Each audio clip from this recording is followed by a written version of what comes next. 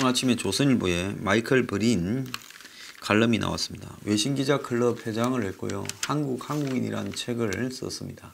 제가 그 책을 읽어봤는데요. 아주 시니컬하게 한국인들의 이 어떤 정치 사회 의식을 썼습니다. 잘 쓴 책이에요.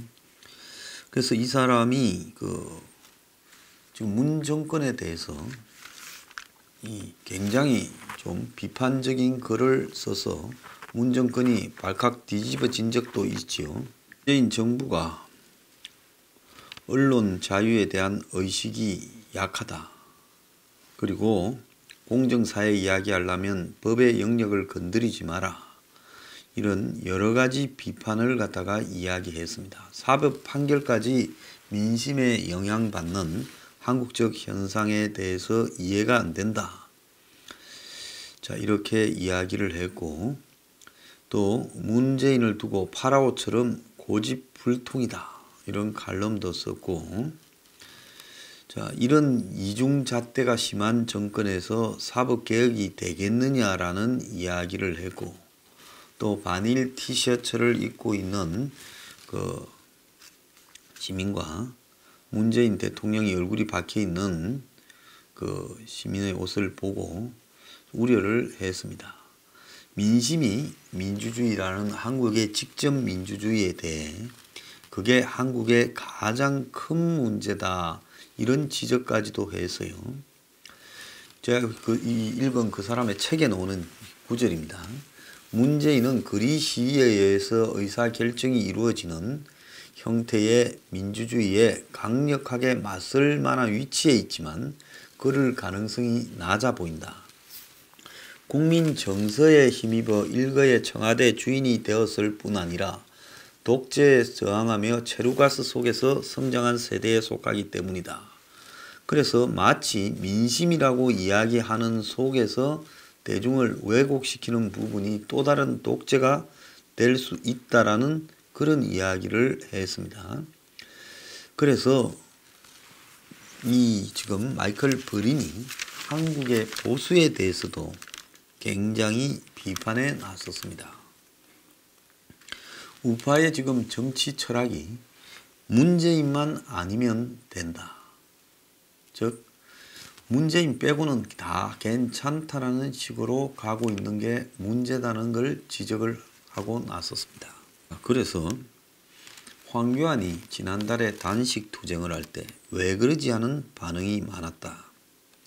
물론 지소미아나 공수처, 선거법 등이 있었지만은 그가 내세운 명분과 그 단식 타임이 부합되는지도 의문이었고, 이런 혼돈은 지금 한국의 보수의 근본적인 문제와 관련이 있다. 정권은 잡고 싶은데 그 외에 어떤 이념이나 사상적 가치를 위해서 목숨을 걸고 싸운다가 아니라 갑자기 나 이것 때문에 굶어 죽을 각오로 싸우겠다 되니 좀 멍미 이렇게 되는 거죠. 자, 좌파는 혼란스럽지가 않고 그들이 뭔 행동을 하든 그 옳고 그르고를 떠나가지고 무엇 때문에 저러는가에 대한 인과관계가 다 있다는 거죠. 그러면서 대외적으로는 정의와 평등, 그리고 이 정부가 약자를 갖다가 돌보고 또 시민권을 보호하고 사회 문제를 해결한다라는 모양새를 띠면서 그 속에서 자기의 이속을 취하고 또 위선적으로 행동한다는 거죠. 그래서 어쨌든 좌파는 그런 가치를 내세우면서 그 가치 속에서 명분이라도 제대로 취하는데 우파의 가치와 명분은 뭐냐는 겁니다. 문재인만 아니면 된다라는 말이 설득력이 있는 것인가? 다른 민주주의 국가에서 보수 진영은 개인 자유, 책임, 자유시장에 대한 믿음 이런 부분이 좌파하고 구별되는데 보수 진영은 시민이 개인적 목표를 이렇게 추구하는데 필요한 자유를 지키는 것이 정부의 근본적인 역할이고 우파가 필요한 존재 이유라고 생각을 한다는 거죠. 그래서 이런 것이 이 자유라는 개념이 보수에는 중요한데 한국에서 이 보수 진영을 구별시키는 자유에 대한 믿음이라는 것이 제대로 있느냐라는 지금 의문을 제기합니다. 개인의 자유, 종교의 자유, 표현의 자유, 언론의 자유, 결사의 자유, 선택의 자유에 대한 신념이 대한민국을 제대로 된 나라를 만들고자 하는 비전을 뒷받침하고 있느냐? 정부의 의무가 시민이 각자 추구하는 목표를 이렇게 자유롭게 추진할 수 있도록 보호하는 그런 것들이 있느냐? 이런 것들이 핵심인데요. 그런데 한국의 보수의 문제가 자유주의 국가가 아닐 때 보수라는 개념이 한국에 생겼다. 맞지요? 그러니까 박정희 정부 때부터 보수라는 가치가 생겼고 또 전두환 때도 그게 강화됐어요. 그런데 실제로 그 정권들은 자유하고는 거리가 조금 있는 정권이었단 말입니다. 그러니까 그 시대는 독재의 기반이 되었을지 몰라도 한국이라는 국가를 세우고 경제를 갖다 끌고 가고 그래서 통제 없이는 그런 것들이 불가능했을지 모르기 때문에 그 시대의 보수는 그런 형태로 갔다라 이렇게 이해는 돼요. 그런데 이제 노태우 시대 이후에 문민시대라 하지만은 과거에 박정희 전 시대에는 일정하게 민주주의를 받아들일 준비가 한국 국민에게는 없었다라고 생각하면서 왔다 치자. 근데 지금은 이제 민주주의를 기다리는 나라가 아니라 민주주의가 진행되고 있는 나라에서 아직도 한국 보수에는 지나친 자유는 위험하다라는 생각이 남아있고 그래서 보수가 좌파의 전술을 뺏겨서 단식 투쟁부터 투쟁을 하고 있는데 문제는 좌파 진영이 하는 투쟁을 뺏기는 게 말고 오늘날 한국의 보수의 가치, 자유의 가치가 정말로 어떻게 가치로서 나타나 있는가라는 부분을 봤을 때 문재인이 반대하고 쫓아내자 하는 것 외에 문재인이 쫓겨나고 난 이후에 한국의 가치는 무엇이냐? 그런데 그 가치를 문재인 쫓아내고 한국의 가치를 세우자는 사람의 논리대로 가면 그러면 과거의 박정희 시대로 돌아가자는 것이냐? 전두환 시대로 돌아가자냐? 그건 아닐 거라고 봐요. 그런 가치들로는 먹혀들지가 않으니까 이 변화한 시대가 바뀌어버렸습니다. 지금 20대, 30대는 과거의 그런 시대들을 생각도 못하는 시대에 와 있는 거예요. 그러면 보수의 가치는 문재인 이후의 보수의 가치는 투쟁 방법의 문제나 노선의 문제가 아니라 뭘 갖다가 자유의 가치에 더 넣느냐는 문제가 관계가 있는 거죠. 자, 기존의 보수주의의 자유시장이라는 부분이 왜곡되어 있습니다. 지금 대한민국의 주택시장이 저게 정상적인 자유시장이에요? 그뿐만 아니라 지금 대한민국의 노동시장이 정상적인 노동시장이 아니죠. 특권계층 노조에 의해서 왜곡된 시장이죠. 또 해외 이주민들에 의해서 왜곡된 시장입니다. 노동시장도 그래요. 주택시장도 그래요. 취업시장은 어떻습니까? 거기도 한마디로 백과 반치기 판을 치는 시장입니다. 그러니까 한국은 지금 보수주의가 추구하는 각종 주요한 시장의 자유라는 부분에서 반치기 판을 쳐요. 그렇지 않습니까? 한국 사람들 머릿속에서도 재벌 회장이 불법을 한 거는 봐주자고 합니다. 중소기업 사장이 불법을 한 거는 처벌해야 된다고 합니다. 그런데 이 둘의 불법 중에서 누가 더 영향력이 크겠습니까? 그러니까 이 한국에는 이 자유를 시장 자유를 말하는 사람이 재벌 앞잡이들인데 재벌 회장이 정작 죄를 지었을 때는 봐주자고 해요. 정치적 탄압이라고 이야기합니다. 정말 한국의 재벌들이 전부 정치적 탄압을 겪고 있는 겁니까? 아니면 지 사업을 갖다가 정치인한테 돈을 찔러서 아주 편하게 크게 싸게 성장해 보겠다고 한 겁니까? 그런데 돈 찔러준 재벌 회장들은 다 어쩔 수 없이 찔러줬다고 말하고 그가 한 탈세라든지 그 돈을 만들기 위해서 배임 횡령은 봐주자고 이야기를 합니다. 개인이 만약에 그렇게 했다면 그거는 엄격하게 처벌하는 것이 보수의 정신이라고 말을 합니다. 그러니까 이 한국에는요, 굉장히 이 보수의 가치가 왜곡되어 버렸다는 겁니다. 자, 한국당이 어제 양질의 주택을 많이 공급한다 했지. 살 수 있는 가격에, 합리적인 가격에 이 양질의 주택을 많이 공급한다 말은 없는 겁니다.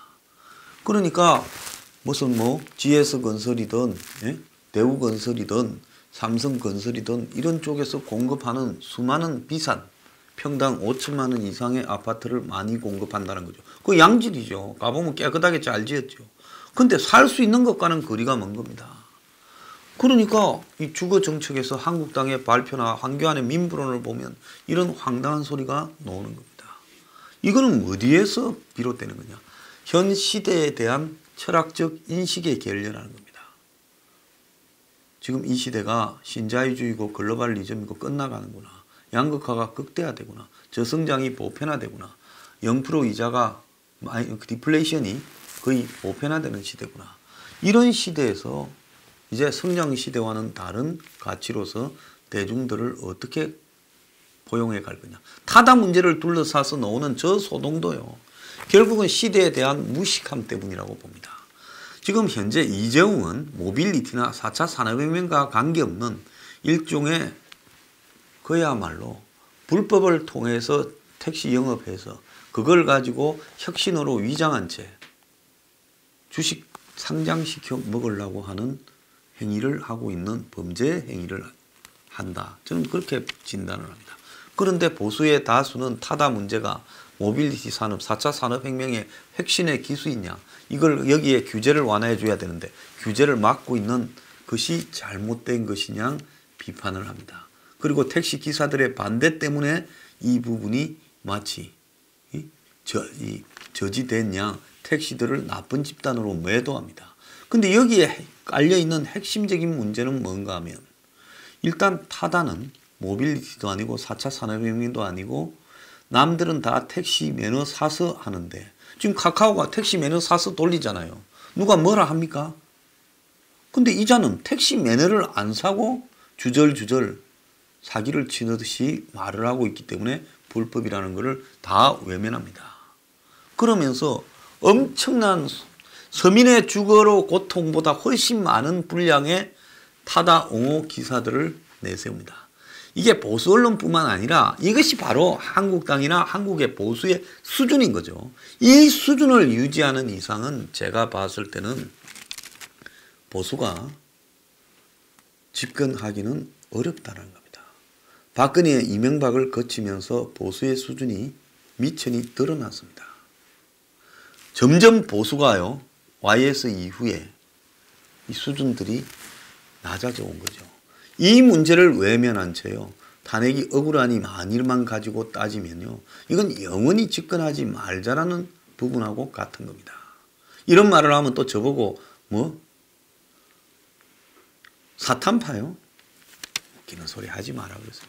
허구 어느 날 그렇게 살다가 가라고 그러십시오. 문제는 세상의 변화는 초음속으로 달리는데 보수가 세상의 변화를 이해하는 관점은 아날로그라는 겁니다. 그러니까 초음속으로 변하는 세상에 대해 아날로그 시각으로 아주 낮은 용량으로 이걸 이해해서 어떻게 세상을 바꿀 수 있겠냐는 겁니다. 못 바꾸는 거죠. 그러니까 이 보수에게는 아무런 남은 철학도 원칙도 없이 그냥 거리에서 문재인 탄핵만 이야기하는 겁니다. 제가 서포 15조를 내 그런 거는요, 적어도 문재인이 쫓겨나면 그 다음에 보수 세상에서는 서포 15조 같은 거를 적용을 해서 민노총도 좀 해체하고 주거를 국민적 공급을 하고 대학 입시는 전부 학력고사로 복귀하고, 그리고 더 나아가서 청년 채용은 사교육을 대체하는 방법에서 채용을 하고, 또 부패한 관료들이나 부패한 국회의원들을 이제 부패하지 못하도록 하는 방법, 국가 예산을 아끼는 방법, 그리고 독점을 해소하는 방법, 이런 것들을 담고 있지 않습니까? 적어도 이런 부분을 가지고 논의라도 벌어지고 토론이라도 벌어져야 이것이 정상적인 보수사회라고 할 수 있지요. 어떤 분들은 애를 쓰시면서 한국당이 서포 15조만 받으면 이긴다. 왜 안 받냐 하는데요. 제가 말씀드릴게요. 죽어도 지면 지지 서포 15조를 안 받습니다. 왜? 그 인간이 속해져 있는 위치가 대한민국 사회의 수구 기득권에 속해 있기 때문에 이걸 받을 수 없는 거예요. 그러면 가장 손쉬운 방법은 뭐겠어요? 황은 좌파다라고 이야기를 합니다. 그게 가장 손쉽겠지요. 자기들이 스스로 올바른 자유의 가치를 접해보지도 못해놓고 부동산 시장에 투기를 활성화하고 무한정 비싼 아파트를 공급해 주는 것이 자유시장에 맞다고 착각하는 것들이에요. 오늘날 켈빈이 살아와가지고 한국의 자본주의를 봤다고 하면 땅을 칠 겁니다. 이거는 자본주의가 아니라 이 물신의 한마디로 녹아난 탐욕주의지. 내가 원한 자본주의는 대한민국에 하나도 없다라고 이야기할 겁니다. 자, 그런데 이런 한국의 저속한 보수의 수준으로요. 어떤 사회를 만들어서 어떻게 살아가겠다라는 가치 철학, 현상에 대한 진단, 그리고 거기서 나온 대안, 이 삼박자가 이렇게 갖추어져서 문재인 이후의 사회는 이렇게 좋다고 말을 하면 문은 쫓아내는 것은 일도 아닌 겁니다.